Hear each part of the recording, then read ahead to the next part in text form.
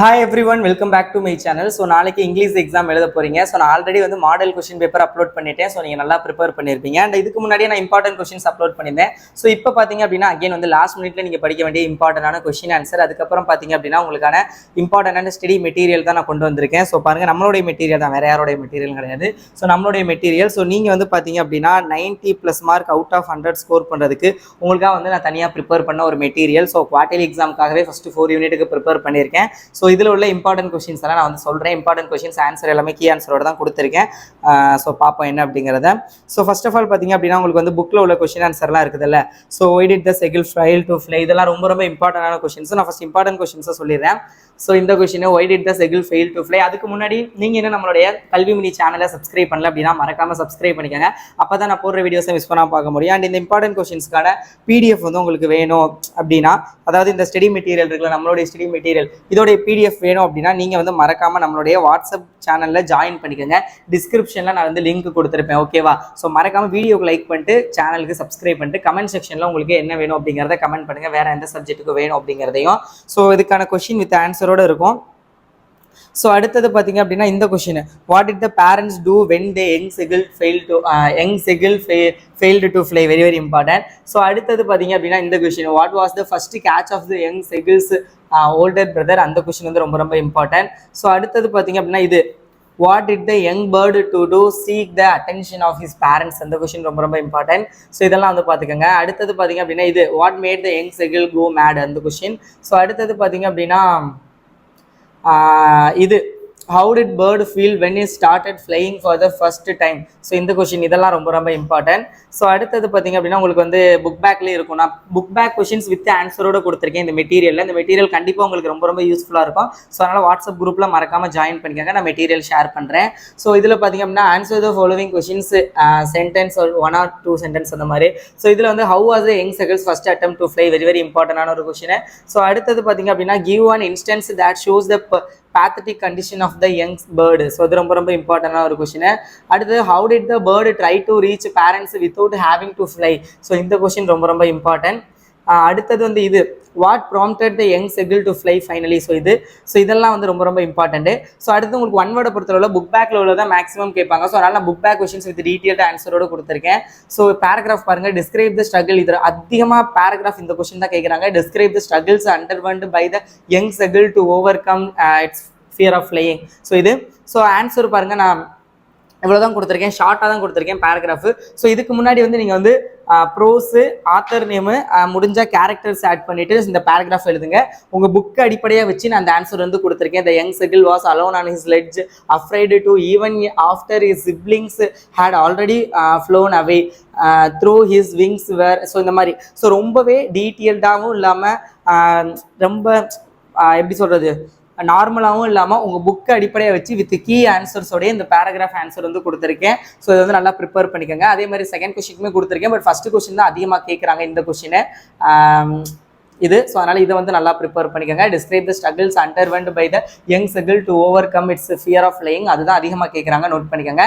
So ஆன்சரோட கொடுத்துருக்கேன். Again சொல்கிறேன், இந்த பிடிஎஃப் கண்டிப்பாக உங்களுக்கு ரொம்ப யூஸ்ஃபுல்லாக இருக்கும். ஸோ வாட்ஸ்அப் குரூப்பில் ஷேர் பண்ண பார்த்துங்க, நான் ப்ரிப்பேர் பண்ணது தான், ஓகேவா? ஸோ அடுத்தது இந்த இது வந்து ஒன் வேர்டில் கேட்குறாங்க. எக்ஸேஷன் அப்படிங்கிறதுக்கான வேர்பு கேட்பாங்க, இல்லை அட்ஜெக்டிவ் கேட்பாங்க, இல்லாட்டி ஆட்வெர்பு கேட்பாங்க. ஸோ உங்கள் புக்கில் பார்த்தீங்கன்னா எக்ஸேஷன், அது வெய்டன், அடுத்து மேடு, பர்ஃபெக்ட் கொடுத்துருப்பாங்க. இதுக்கான இந்த வேர்ட்ஸ் வந்து எழுதணும். ஸோ பார்த்துக்கோங்க, இதெல்லாம் ரொம்ப ரொம்ப இம்பார்ட்டன்ட்டு.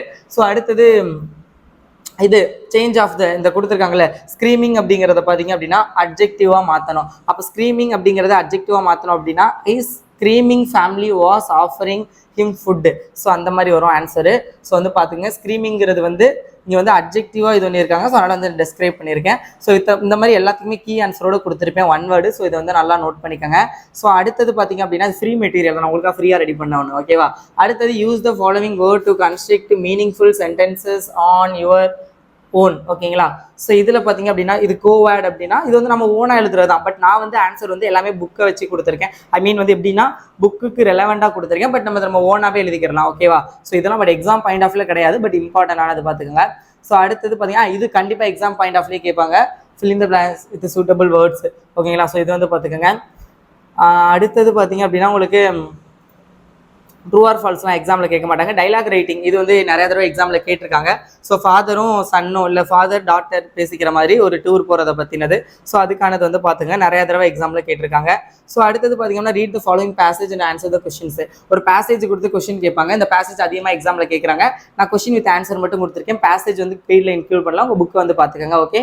ஸோ அடுத்தது பார்த்தீங்க அப்படின்னா அட்வர்டைஸ்மெண்ட்டை பொறுத்தவரை உங்களுக்கு வந்து எக்ஸாம்பிள் கொடுத்துருப்பாங்க. பட் இதில் அதிகமாக கேட்குற அட்வர்டைஸ்மெண்ட் என்ன அப்படிங்கிறத நான் கொடுத்துருக்கேன். ஒரு ஹோம் அப்ளையன்சஸ் பற்றி வந்து ஒன்று கேட்டிருக்காங்க. ஸோ அதே மாதிரி பார்த்தீங்க அப்படின்னா கேலக்ஸி மொபைல் கேலக்ஸி ஷாப் அதை பற்றின ஒன்று இருக்கும். ஸோ அட்வர்டைஸ்மெண்ட்டை பொறுத்தவரை ஒரு பேஜுக்கு வந்து நீங்கள் வந்து நீட்டாக எடுத்துங்க. உங்கள் புக்லேயே இருக்கும். ஸோ அதில் உள்ள மாடலில் ஃபஸ்ட்டு உங்கள் ஹெட்டிங் போட்டுக்கோங்க, அந்த ஷாப் நேம், அப்புறம் ஆஃபர்லாம் வந்து பிக்சர் மாதிரி இந்த மாதிரி ஸ்டார் மாதிரி போட்டு இத்தனை % ஆஃபர் அப்படிங்கிற மாதிரி போட்டு, இப்போ ஹோம் அப்ளையன்ஸ்னால் லைக் ஏதாவது டிவி அந்த மாதிரி ஏதாவது வந்து ட்ரா பண்ணுங்க. இப்போ மொபைல் கேலக்ஸினா மொபைல் வந்து ட்ரா பண்ணுங்க. ஸோ அந்த மாதிரி நீட்டாக வந்து கொடுங்க. ஃபுல் மார்க் வந்து ஸ்கோர் பண்ணலாம். ஓகேவா? ஸோ அடுத்தது வந்து notice writing, report writing. So இதெல்லாம் வந்து பார்த்துக்கோங்க. ஸோ இதெல்லாமே வந்து ரொம்ப ரொம்ப இம்பார்ட்டண்டான கொஸ்டின். ஸோ இது அதிகமாக 5 மார்க்கில் அதிகமாக கேட்பாங்க. அப்ராப்ரியேட் மாடல் வெர்பு யூஸ் பண்ணி when I was a child I days claim tree easily but now I can't. So இது வந்து நம்மளுடைய பாஸ்ட் பற்றின அபிலிட்டியை குறிக்குது அப்படிங்கிறதுனால நம்ம வந்து குட் யூஸ் பண்ணணும். ஐ குட் இல்லாட்டி ஐ யூஸ்டு டு. பட் இந்த இடத்துல வந்து குட்டு தான் வந்து மோஸ்ட் கரெக்டாக இருக்கும். ஸோ அதனால் அதை பார்த்துக்கோங்க. இது வந்து பாருங்க, I days win this singing constant. அதாவது நான் வந்து சொல்கிறேன் இந்த சிங்கிங் கான்ஸ்டன்ட் வின் பண்ணுவேன் அப்படிங்கிற மாதிரி. அப்போ இது வந்து ஒரு டிட்டர்மினேஷனை குறிக்குது. So therefore I will win this singing constant will use பண்ணணும். ஓகேங்களா? ஸோ இந்த மாதிரி இது எதுக்காக நம்ம யூஸ் பண்ணுறோம் அப்படிங்கிறதுனால இப்போ இந்த இடத்துல பாருங்க, you days buy this book it's worth buying அப்படி, இட் இஸ் ஒர்த் பையிங் அப்படிங்கிறனால இது ஒர்த்தாக இருந்துச்சுன்னா நீங்கள் பை பண்ணலாம் அப்படிங்கிற ஒரு சஜஷன் மாதிரி கொடுக்குறோம், ஒரு அட்வைஸ் மாதிரி. அப்போ ஒரு அட்வைஸ் இல்லை சஜஷன் கொடுக்குறோம் அப்படின்னா யூ ஷுட் யூஸ் பண்ணணும். அப்போ you should buy this book it's worth buying. So அந்த மாதிரி. ஓகேங்களா? ஸோ அதனால வந்து நான் இது எதுக்காக யூஸ் பண்ணுறோம், என்ன வேர்டு யூஸ் பண்ணுறோம் அப்படிங்கிறத டீட்டெயில்டாக கொடுத்துருப்பேன். இது நிறையா தடவை 5 மார்க்கில் உங்களுக்கு எக்ஸாமில் கேட்குறாங்க. ஸோ பார்த்துங்க. சம்டைம்ஸ் 1 வேர்ட்லையும் கேட்குறாங்க. ஸோ அதனால வந்து இந்த கொஸ்டின்ஸ் வித் ஆன்சர்ஸோட பார்த்துக்கங்க. Rewrite the following sentence by rectifying the errors. இதில் உள்ள எரர் என்னங்கிறத யூஸ் பண்ணும். would I have your autograph? would வராது, மே தான் அந்த இடத்துல வரும். மே ஐ ஹாவ் யுவர் ஆட்டோகிராஃப். ஏன்னா வந்து நம்ம ஒரு ரெக்யூஸ்ட் மாதிரி தான் கேட்குறோம், பொலைட்டாக ஒரு ரெக்யூஸ்ட் கேட்குறோம். ஸோ மே யூஸ் பண்ணலாம். I can be 15 next. I can வராது. நெக்ஸ்ட் ஏப்ரல் வந்து எனக்கு 15 வருதுன்னா அது ஷியூராக வரக்கூடியதானே, ஃபியூச்சர் சர்டனிட்டி. ஓகேங்களா? அது வந்து கண்டிப்பாக நடக்கக்கூடியதான். ஸோ அதனால் I will be 15 next April தான் வரும். ஓகேங்களா? வில் யூஸ் பண்ணணும். ஸோ அதே மாதிரி இங்கே பாருங்க, make me a cup of tea shall you. Make me a cup of tea shall. இது ஒரு ரெக்யூஸ்ட் மாதிரி தான். ஒரு கப் டீ கிடைக்குமா அப்படிங்கிற மாதிரி கேட்குறோம். அப்போ make me a cup of tea will you, உங்களால் முடியுமா அப்படிங்கிற மாதிரி தான். ஸோ அந்த மாதிரி எல்லாமே டீட்டெயில்டாக வந்து இருக்கும் உங்களுக்கு புக் பேக்கில் உள்ளதுக்கு. ஸோ பார்த்துக்கங்க. ஓகே. அடுத்து read the dialogue and fill in the blanks with suitable modals. இது வந்து 5 மார்க்கில் ஷியூராக கேட்கக்கூடியது. ஸோ இது வந்து பார்த்துக்கங்க.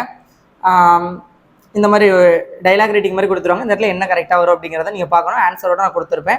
ஸோ நோட் பண்ணிக்கோங்க. ஓகேவா? ஸோ இந்த மெட்டீரியல் வந்து ரொம்ப ரொம்ப இம்பார்ட்டன்ட். இதில் ஃபஸ்ட் யூனிட்டில் ஃபஸ்ட்டு ப்ரோஸ்க்கானதை மட்டும் கொடுத்துருப்பேன். இதே மாதிரி போயம், சப்ளிமெண்ட்ரி எல்லாத்துக்குமே ஃபஸ்ட்டு 3 யூனிட்டுக்கு ரெடி பண்ணிவிட்டேன்.